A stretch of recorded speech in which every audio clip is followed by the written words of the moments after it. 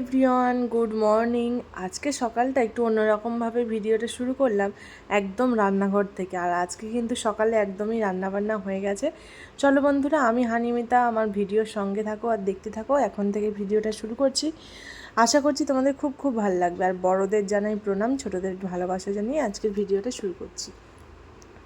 এখন ঘড়িতে বাজে ওই 9টার মতো, সকাল 9টা। রান্নাবান্না কিন্তু কমপ্লিট হয়ে গেছে। এখন বর যে অফিসে যাবে, সেই জন্য ভাবলাম টিফিনটা প্যাক করে দিই। আর আজকে বারটা ছিল শনিবার, সেই জন্য নিরামিষ রান্নাবান্না। আজকে করেছিলাম মুগের ডাল, আর করেছিলাম ঝিঙে পোস্ত, আর ছিল স্যালাড, আর কিছু একটা ছিল মনে পড়ছে না। যাই হোক, এখন ওটাই টিফিনে গোছাচ্ছি।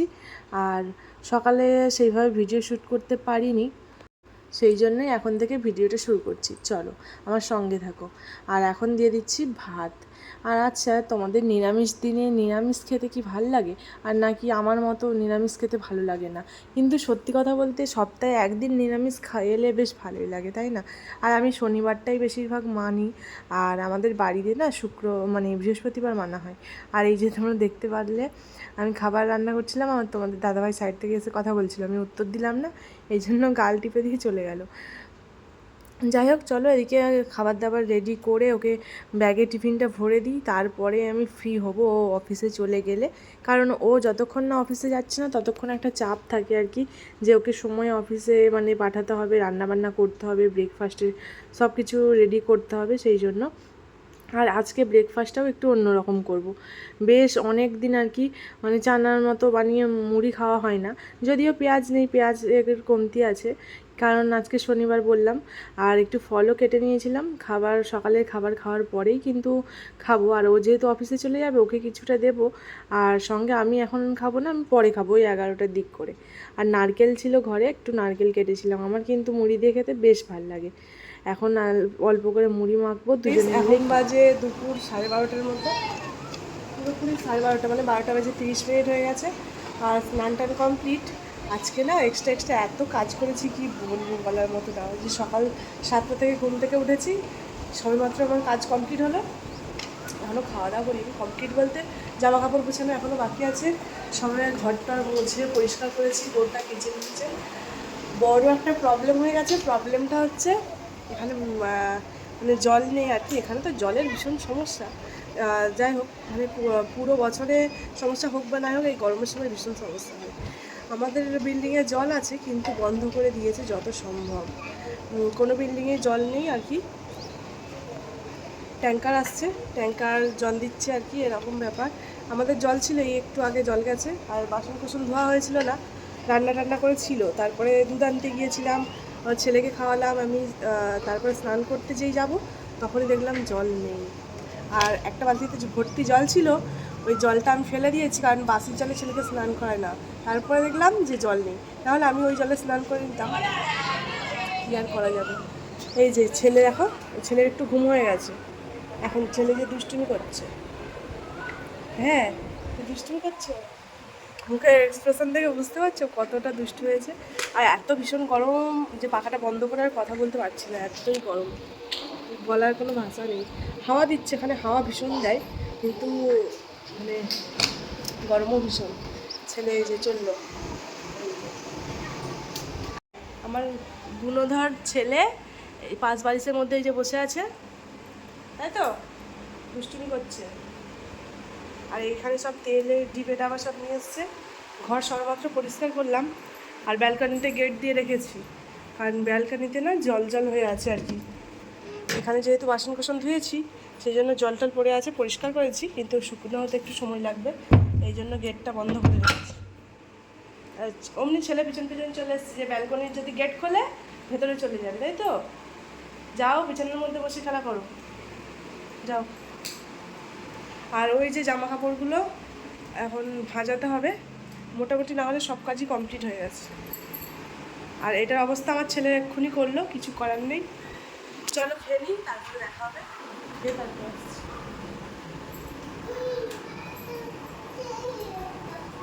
বন্ধুরা, এখন বাজে দুপুর 2 বেজে 5 মিনিট হয়েছে, 10 মিনিট। আর দুপুরে ঘুমানো তার হলো না, কারণ আমার ছেলে ঘুমাতে দেয় না, তাই তো। আমি একটু বাইরেই শুয়েছি, বাইরে ওই যে একটা গদি আছে না, ওর মধ্যেই শুয়েছি। এখানে, কারণ জানি ছেলে ঘুমাবে না। এখানে আমি যদি একটু শোই তাহলে ওর মতো খেলা করবে, কিন্তু খেলা কি করবে, এত দুষ্টু এত দুষ্টু কি বলবো।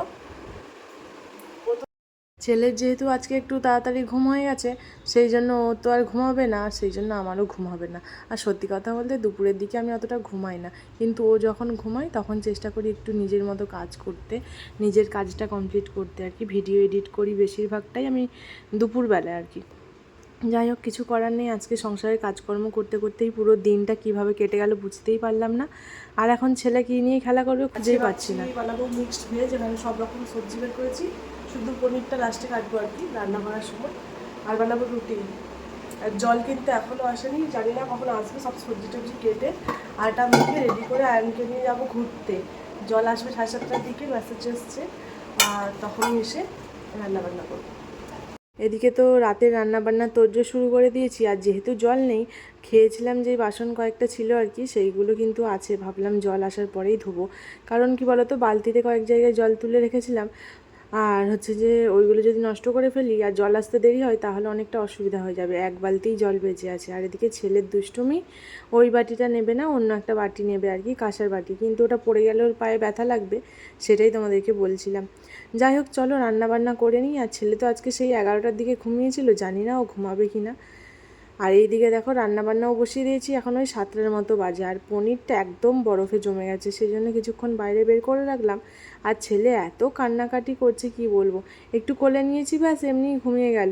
কোনো দিনই এরকম করে না আমার ছেলে, কিন্তু ঘুম পেয়েছে তো এই জন্য। আর কয়েকবার 2-3বার আমি বিছানায় শোয়াতে গেলাম, কিন্তু উঠে যাচ্ছে। আর এদিকে আমার রান্নাবান্নাটাও হচ্ছে, কি করি যে বুঝেই পাই না। আর বড় চলে আসবে, ওরও খিদে খিদে লাগবে, তাই না? কোনো রকম ছেলেকে নিয়েই কোলে নিয়ে রান্না বান্না করেছি, ভেজ সবজি আর রুটি।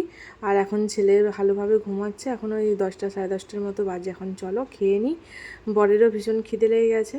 আর এখন দুজনে মিলে খেয়ে নিয়ে ভাবছি আজকে একটু ছাদে যাবো। হয়ে গেছে, খাওয়া দাওয়া কমপ্লিট করে আসলাম একটু ছাদে ঘুরতে, কারণ ছাদে ভীষণ পরিমাণে হাওয়া দেয়, ঠিক আছে, এই জন্য হাওয়া খেতে এসেছি।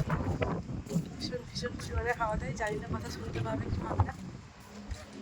আর সারাদিনে আজকে এই সবেমাত্র বের হলাম, সারাদিন একটু সময় পাইনি। সারাদিন কিন্তু ঘরের মধ্যে টুকিটাকি কাজ করতে করতেই সময় চলে গেছে। যেহেতু বেরোতে পারিনি, সেই জন্য ভাবলাম একটু ছাদ থেকে ঘুরে আসি। বর, আমি আর ছেলে মিলে গিয়েছিলাম, ছেলে ছিল বরের কোলে। আর বেশ নিজেদের মতো একটু হাঁটছিলাম, আর ছাদ থেকে ঠিক ভিউটা এইরকম, বেশ ভাল লাগে। তারপরে বর বললো অনেক দিন আইসক্রিম খাওয়া হয় না, আইসক্রিম কি খাবে? আর আমি তো সেই বেজায় খুশি হয়ে আমিও চললাম বরের সঙ্গে আইসক্রিম খেতে। আজকের ভিডিওটা এই পর্যন্ত, দেখা হবে নতুন ভিডিওর সঙ্গে। ততক্ষণে তোমরা খুব খুব ভালো থেকো এবং সুস্থ থেকো। Good night.